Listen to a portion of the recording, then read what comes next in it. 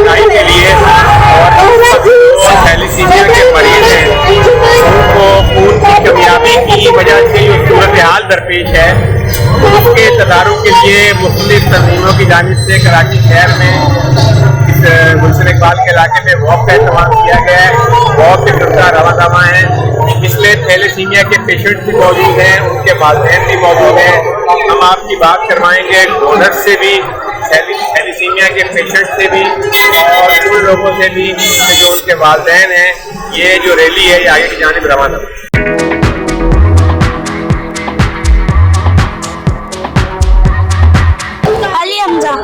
हम कॉलोनी में, मेरी उम्र 14 साल।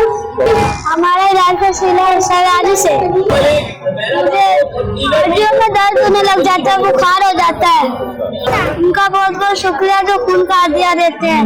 सिलारी का भी दिल से शुक्रिया जो हमें लगाते, दवाइयाँ भी देते टाइम पे।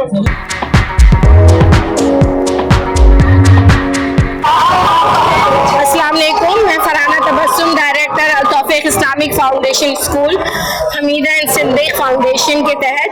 ये तौफीक इस्लामिक फाउंडेशन स्कूल के बच्चे हैं, सब नॉर्मल हैं, लेकिन हम यहाँ पे इसलिए मौजूद हैं कि हम थैलेसीमिया को पाकिस्तान से ख़त्म करना चाहते हैं। हम चाहते हैं कि लोगों से पुरजोर अपील करें कि खून की एहतियात कीजिए। रमज़ान में लोगों ने माल की ज़कात दी होगी, लेकिन अब बदन की ज़कात का वक्त है कि हम बहुत मासूम छोटे छोटे बच्चे यहाँ मौजूद हैं जो थैलेसीमिया का शिकार है और खून की कमी की वजह से, खून अवेलेबल ना होने की वजह से इन बच्चों का वो इलाज नहीं हो पाता। एहतियात नहीं मिलते कि बोन मैरो ट्रांसप्लांट हो जाए, कि इनकी ये बीमारी ख़त्म कर दी जाए। हमें ये अवेयरनेस देनी है पब्लिक को कि इस बीमारी को पाकिस्तान से हमें ख़त्म करना है। बड़ी मेजॉरिटी खून की बीमारियों का शिकार है और लोगों को पता ही नहीं है कि खून की बीमारी है। तो हम चाहते हैं, हम यहाँ मौजूद हैं इसलिए कि थैलेसीमिया को पाकिस्तान से ख़त्म किया जाए।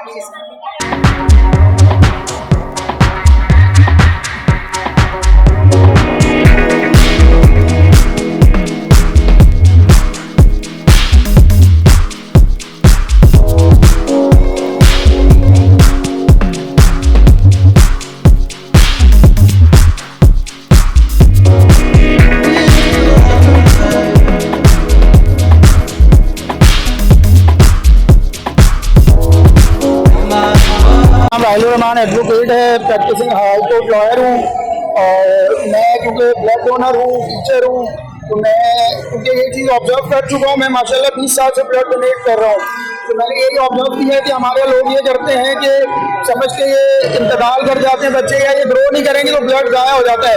ये परसेप्शन अपनी जगह है, लेकिन ये रॉन्ग परसेप्शन इस सेंस में ये माशाल्लाह बच्चे बड़े भी होते हैं और शादियाँ भी करते हैं। तो जब ये आप देखते हैं कि इनको हर 3-4 महीने में, इवन बाल बच्चे ऐसे होते हैं उनको मंथली ब्लड लग रहा होता है, जैसे जैसे इनका एज पीरियड होता है तो इनको जो है ज़्यादा ब्लड चाहिए होता है। तो इस वजह से हमारे को आपके ब्लड टेस्ट वाले और जगहों पे जहाँ हम आते जाते हैं, मैं अपने स्टूडेंट वगैरह को लेके जाता हूँ कि आप इनको दें ताकि ये लोग ग्रो करें। अदरवाइज इनको ब्लड नहीं मिलेगा तो ये इंतकाल कर जाएंगे।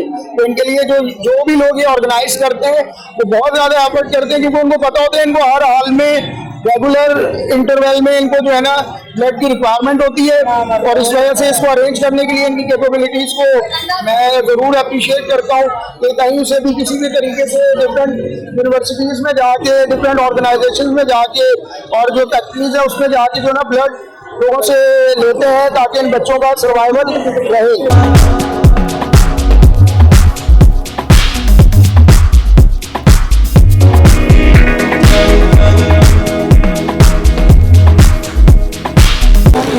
सबसे पहले तो ये कि मेरा ताल्लुक शोबा वकालत से है। मेरा नाम आदिल खान रही एडवोकेट है। कराची बार एसोसिएशन ने हेल्प इंटरनेशनल वेलफेयर ट्रस्ट की इस वॉक में भरपूर वकला ने बड़ी तादाद में हिस्सा लिया है, क्योंकि ये एक नेक मकसद है और क्योंकि थैलेसीमिया एक जानलेवा मर्ज है और ख़ास तौर पे हमारे यहाँ खून की डोनेशन का जो सिलसिला है वो लोगों को आगाही नहीं है। तो उसका मकसद भी इस वॉक का यही है कि लोगों में खून की डोनेशन की आगाही पैदा हो, क्योंकि खून की डोनेशन से थैलेसीमिया के जो बहुत से मरीज हैं उनकी ज़िंदगी बच जाएगी।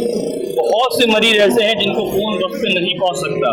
तो हमने लॉकडाउन में भी ऐसी सूरत हाल पैदा हो गई थी तो लोगों से अपील की थी और आज भी करते हैं कि खून डोनेशन की अहमियत को समझें, क्योंकि आपके एक खून से कई खानदानों की जान बच सकती है।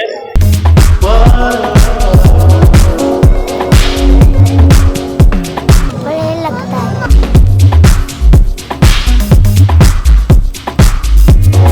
ये बस अल्लाह ताला की तरफ से ही है, जो बीमारी अल्लाह बेहतर करता है। इंशाल्लाह अल्लाह पे उम्मीद है कि वो ठीक करेंगे। हाँ, पता लग जाता है जैसे कि खून की कमी होती है, बुखार हो जाता है, इसको उल्टियाँ लग जाती है, मोशन लग जाता है, तो पता लग जाता है भाई इसको ब्लड की ज़रूरत है। हाँ, स्कूल जाता है, खेलता भी है, भागता भी है, सब कुछ करता है, खाता पीता भी सही है, सिर्फ ब्लड की जैसे कमज़ोरी है। कभी कभी टांगों में भी दर्द होता है, जैसे कि ज़्यादा कमज़ोरी हो जाती है ना, फिर टांगों में भी दर्द शुरू होता है।